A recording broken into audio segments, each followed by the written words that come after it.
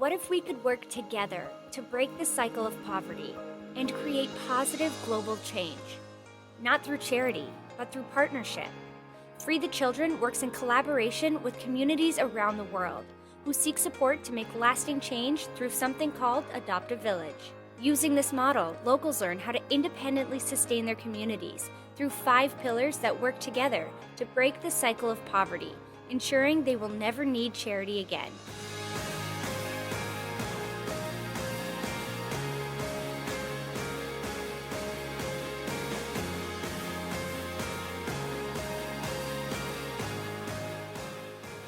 Through Adopt a Village, over 30,000 people have a better way of making income.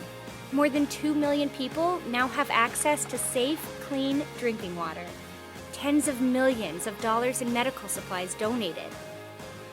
More than 50,000 children are being educated every day. More than 650 schools and schoolrooms built. Free the Children works in 8 countries around the world.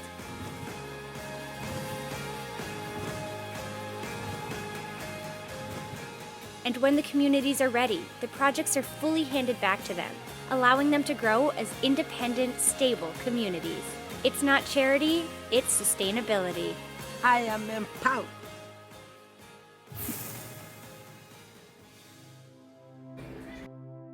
Hello, I am Jordan and I'm part of the Whitebrook Free the Children group. And what we do is we work locally and globally around the world, and we help. At this time of year, we're helping people in Kalthana, India.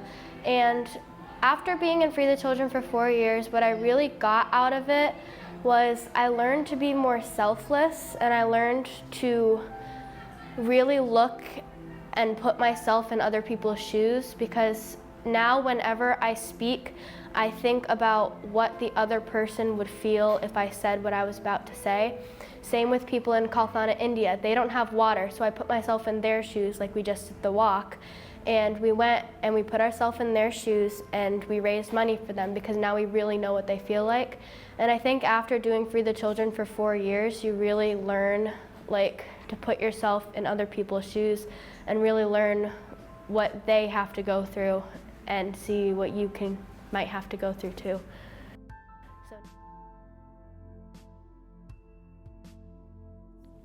Hi, I'm Meredith Belize, principal of Whitebrook Middle School, and this is our teacher extraordinaire, Judith Breyer, who is not only fabulous 6th grade teacher, but also the advisor for the Free the Children group at our school.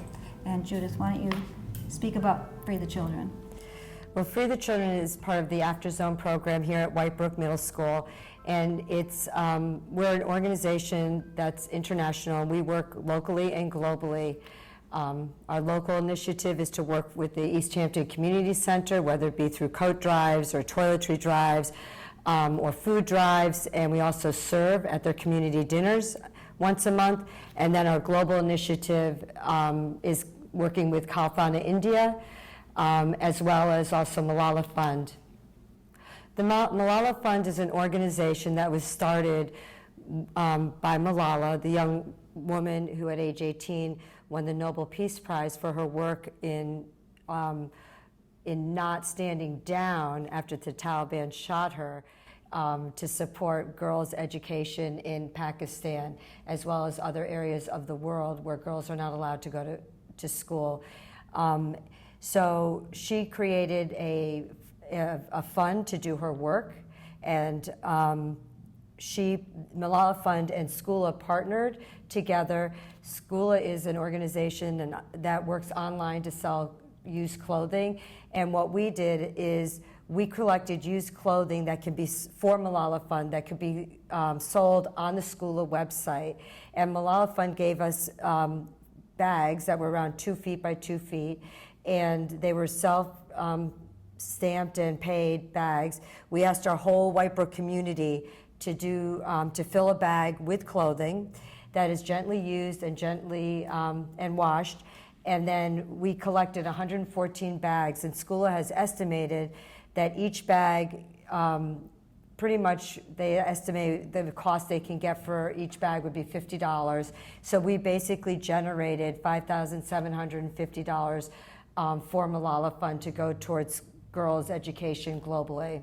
So you had, one of your end of the year culminating events yesterday, which was the walk. How did that go? The walk we did was to support revenue, and one was to support awareness for the kids and Free the Children in regards to what it's like for girls in India and in Africa who have to walk 5 miles each way to get water for their homes and their villages. And so what we did is we each of the kids brought a quart or a half-gallon jug with them, and we walked 2.5 miles to one of our students' homes, filled our quart jugs, walked another 2.5 miles back so we could get a feeling of what it might be like for these girls who can't go to school because they have to get water for their villages. This year, our initiative with Free the Children was to build water systems and sanitation systems in Kalathana, India, and this was a good way for the kids to see what it would feel like. The walk went really great, and it really coincided with the work that Free the Children's doing in Kalathana, India. All the fundraising, as you know, that we've been doing in this building that's been for global, other than the Malala Fund, was for Kalathana and to develop water systems in the schools that are being built so that the girls can get water and go to school. What's been happening prior to this is that in Kalathana, India, and in other places in the world, as well as Africa, girls have to walk 5 miles each way to get and carry 5 gallons of water to their villages and their homes. I wanted the kids to feel what that might even feel like. We take water for granted in this country. And so what we did is we met at like 2:45, and the kids all were prepared to walk 2.5 miles one way with empty jugs, although some kids had their jugs filled. And we went to one of our Free the Children kids' homes where their parent greeted us and then filled us up with water, our jugs up with water. And then we walked back 2.5 miles, which took approximately 2 hours, over 2 hours, plus we had to stop to go to the bathroom, to have drinks and things like that. Right. So the kids, when they came back, really had a sense of what it was like to actually, what that would be like. And what we discovered is that it would take almost a day for a girl to get water for their family. Right, and the kids really did think about and reflect on that on the walk back, because I met most of them at the door when they got back. Great. And they not only talked about how long it took, how heavy the jugs were, but they even thought about things like the girls in India wouldn't have the kind of sneakers we have that we're walking with, or that at Sadie's house we got a snack and a popsicle that the girls in India wouldn't have had those luxuries. So they really did take a lot of time to really think about what it would be like for those girls in India. Yeah, and and they were hot. It was sunny. Yes. And granted that in India the people are more likely to be accustomed to the heat, but it was hot. They were sweaty, and by the time it was back, because I took the back of the line, it was like, okay, come on, let's go. Yeah, we got to keep going because we got to get home. All exhausted when they got back. Yeah, tired and hungry. Yeah, so what a great experience for them. Yeah, and they appreciated it. They actually got that. We were so lucky, and that was really what was so important, and how long it would take for a girl, how much of their day it would take to do this for their family, and how little water actually 5 gallons is. Yes. Yeah. It was great activity. Yeah, I was really glad you came out too. I know you were looking for us. I was, yeah. So that was great. Yeah. I mean, I've been really just surprised and delighted at how the entire staff at Whitebrook has really embraced the Free the Children group, the concept, and wanting to be involved. Because it's pretty rare to have a small group have their initiative, but have the whole entire school buy into it. I mean, the students, the assemblies that you've done the last 2 years have been just so powerful, and teachers are constantly coming to you or coming to me saying, how can we get involved? What can we do? And I think that's that's an awesome thing, and I'm looking forward to seeing how big this can get. I am too, and that's one of my goals, because I really believe, I've seen how we've changed, the culture has changed over the last 3 years that we've really done work here, absolutely. and how we couldn't do any of it without actually all the staff, support staff, everybody. We couldn't do it. Absolutely. And how the kids are so involved. We have kids at the bake sales that we do who aren't part of Free the Children, but they come and they sell. Absolutely. And staff our booths. I had several kids who weren't part of Free the Children yesterday on this walk, but knew about it and wanted to be part of it. And the culture is changing, and we're really becoming a school that's focused, one of the focuses is social action. And service. And teaching service. kids about service. But even last year, the anti-bullying assembly that your group did, I mean, I can't tell you how many parents I had contact me thanking us for doing that, because it was very educational and raised awareness for kids about, we don't have a big bullying problem here, but it was a great awareness for kids to not put up with things. If you hear something, get involved. So I thought that was great. Yeah, and that was great, and I appreciated you because you allowed us to do that. That was with the Bully Project. If anybody wants to actually look further into that great organization, the Bully Project. But yeah, that was wonderful. And the kids are up standards. Right. They're not bystanders in this Right. in this building. They're up standards, and they talk about it. Yeah. And like you said, we're very blessed that we don't have a lot of bullying here. But it is Free the Children. I don't think there's any student at Whitebrook that doesn't know, about Free the Children, because of your assemblies and just raising that awareness with not just your group, but with the whole community here. No, it is the community. If you actually look in the beginning, when we first started, our impact in this building, globally and locally, was that's not including the amount of clothes that we collected, and foods that we collected for the community center, but financial was around $1,500, $1,600. This year, just our global initiative alone, we estimate, and this is like actually incredible. It's stunning. With Malala Fund and also for Kalathana, our total is $8,492.50 for our global initiative. And it's not just Free the Children.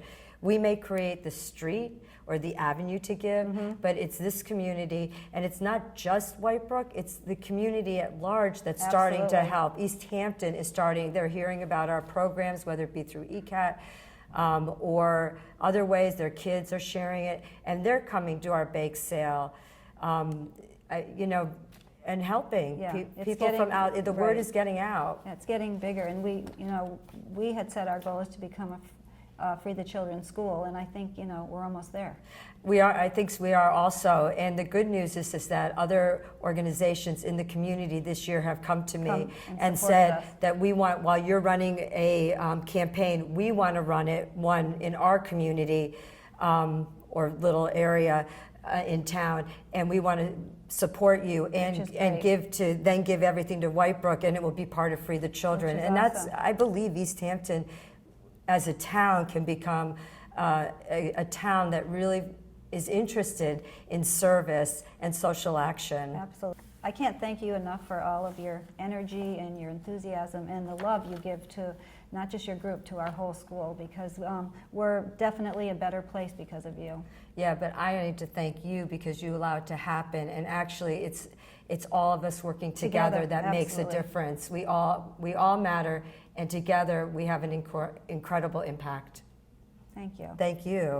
So this is Free the Children, and we're doing our water walk 2016, June. And what I'd like to do is know, why are we doing this water walk?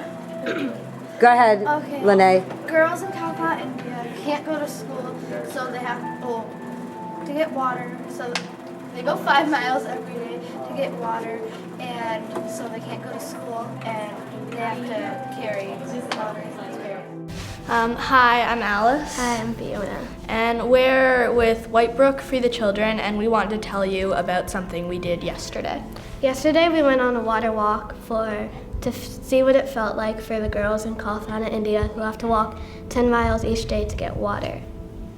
We collected pledges, and the money we raised goes to girls in India so that they're able to get an education, because often girls in those areas can't go to school because they have to spend so much time walking to get water for their families. We've been learning about how girls can't go to school for many different reasons, and we feel bad for them because they have to do this and they can't go to school like we can. Right. How many gallons of water would a girl in Calpana, India have to carry on her head each way? Who remembers? Around like 5 gallons, yeah. So we're gonna walk 2.3 miles to Sadie's house, fill up our quarts or our water bottles, and then walk back with our filled jugs, except for Eman, who has a gallon filled. All right.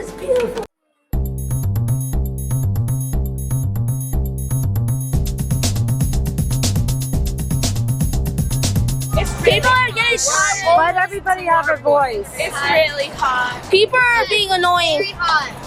We're almost at the library where we can get a drink for us to drink. Yeah. All right. I wonder how the people.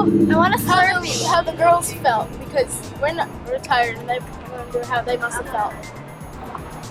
The thing that impressed me the most was how much time it took, because we did only half the time that many girls have to do, and it took us about 3 hours. So it's amazing to me like how much of people's lives is taken up by just getting water when we take it for granted that we have it whenever we need it. It impressed me that, well, they have to walk all that, but we didn't walk all of that, and they probably would have gotten tired. It's probably more hot there, and we got really hot and had to take like a break sometimes. So Yeah, and also we carried very little water with us as we walked. On the first half of our trip we didn't carry any, and on the way back we only carried half a gallon.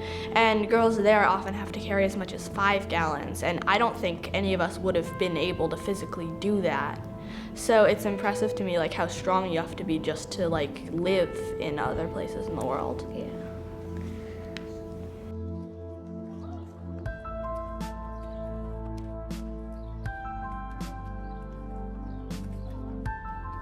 I learned that just all that water that they get, it can only like let them have like a shower or have water, but we get to have a shower or like wash our hands or get water whenever we want.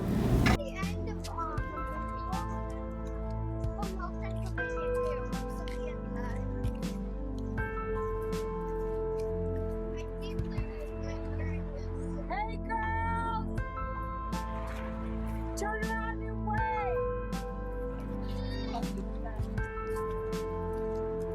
You're walking on the lawn! This is my baby waterfall! I learned that like in this part of the world, I don't think of myself as a particularly helpless person, but in this like little snippet of how people live on other parts of the world, I couldn't do that. Like that isn't a lifestyle I would be able to do. And it makes me see like how much we take for granted in parts of the world that have things like running water and electricity.